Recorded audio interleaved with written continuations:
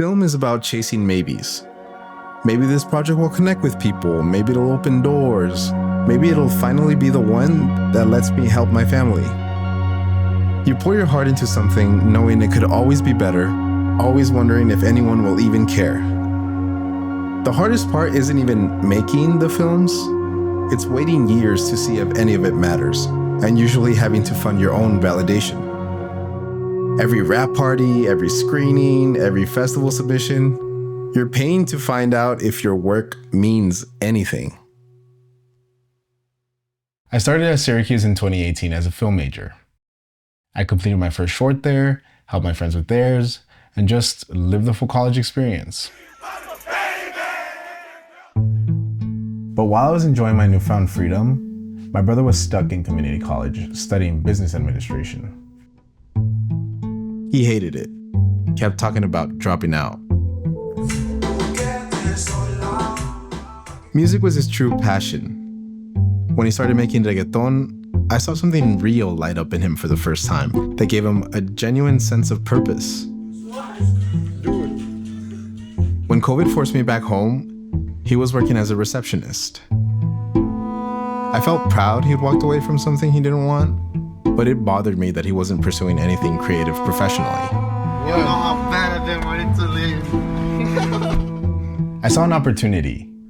I could develop my skill on audio production to build my film portfolio through his music. We created 3 music videos at the time, handling everything ourselves. Scouting, directing, editing. We threw ourselves into every aspect of production. It was intense, but we were learning with every project, developing our style and finding our voice.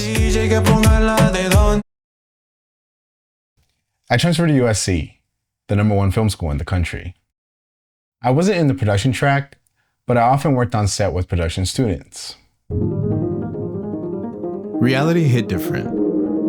Film at Syracuse was about collaboration and having fun, but USC turned it into competition.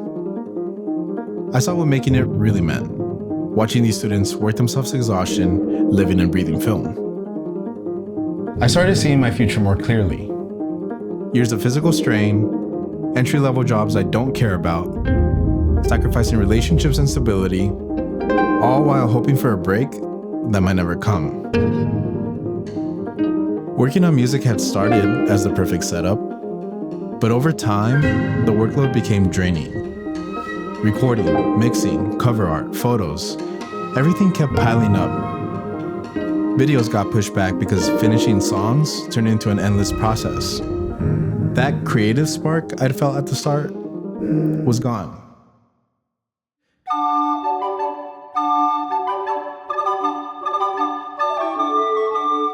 After graduation, with the writer's strike freezing most industry hiring, I ended up as a caregiver at a nursing home. That's where I met Liz. She was a patient with limited control of her arms and legs. One day, she asked me for help finding a better cup. She only had 3 requirements. It had to be a sippy cup, it had to be big, and it had to look pretty. That's when I saw it, a real problem I could actually solve. Yeah, a sippy cup sounds silly, but here's the difference. When you show someone a film, the best they can say is, "Good job." When you show someone a solution to a real problem, they say, "I could use this," or "I know someone who needs this right now." That's a completely different feeling.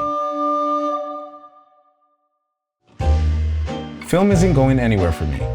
I'll keep working on my craft, and this channel is part of that. But right now, Sipful has my main focus because I see a path to stability that I couldn't find in film. And who knows, maybe building a successful business is exactly what will give me the freedom to pursue film on my own terms. So yeah, I chose to build Sipful instead of chasing film industry dreams. Not because I stopped loving film, but because sometimes the most meaningful progress isn't in chasing maybes. It's in recognizing a real opportunity when you see one, and doing whatever it takes to make it work.